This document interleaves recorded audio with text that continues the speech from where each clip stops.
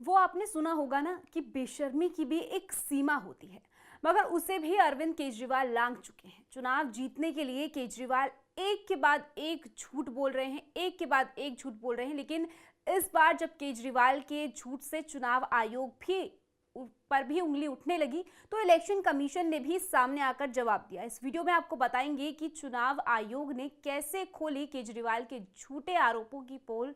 साथ ही ये भी बताएंगे कि केजरीवाल के झूठ बोलने वाली पॉलिटिक्स की असल वजह क्या है। मगर उससे पहले आयोन भारत को सब्सक्राइब कर लीजिए। स्वागत है आपका, मेरा नाम तान्या अधिकारी है।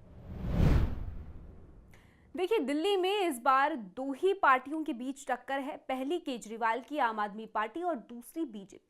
इस बार पूरे चांसेस है कि दिल्ली में सत्ता बदलेगी और ये बात आम आदमी पार्टी के मुखिया अच्छी तरीके से जानते हैं और यही वजह है केजरीवाल के झूठ बोलने वाली पॉलिटिक्स की। लेकिन इस बार चुनाव आयोग ने ही आगे आकर केजरीवाल के झूठे वादों की पोल खोल कर रख दी है। वो झूठ क्या है वो हम आपको बताते हैं।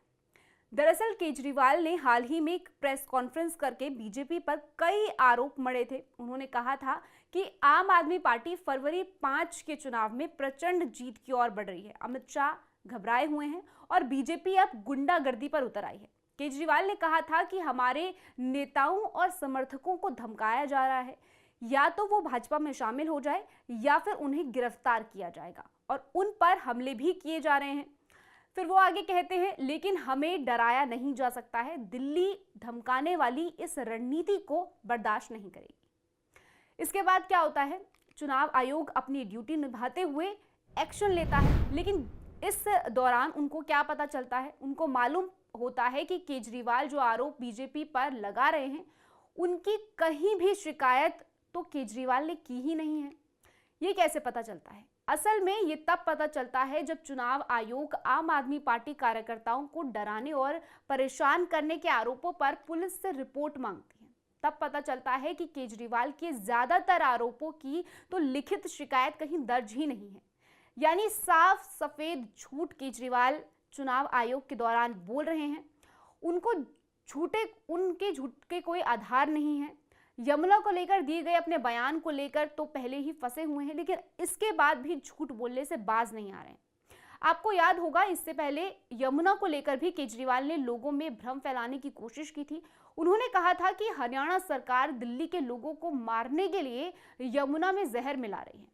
साथ ही चुनौती दी थी कि वो हरियाणा का पानी पीकर दिखाए।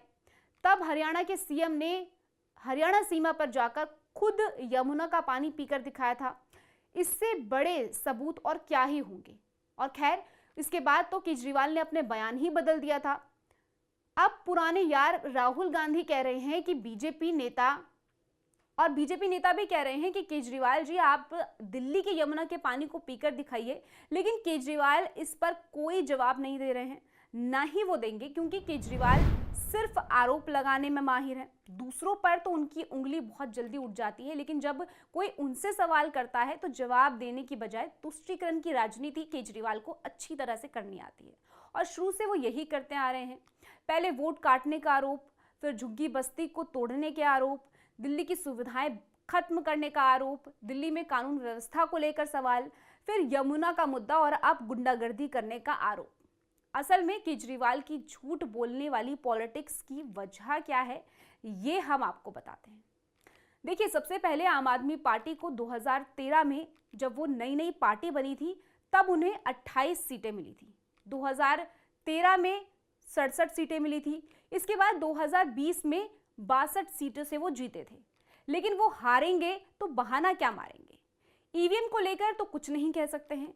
अब तक तो दिल्ली में ईवीएम के जरिए ही चुनाव होते आए हैं, तो राहुल गांधी की तरह ईवीएम का रोना तो केजरीवाल नहीं रो सकते, इसीलिए सिर्फ माहौल बना रहे हैं। अपने हार के बाद इन्हीं आरोपों का मुद्दा बनाएंगे।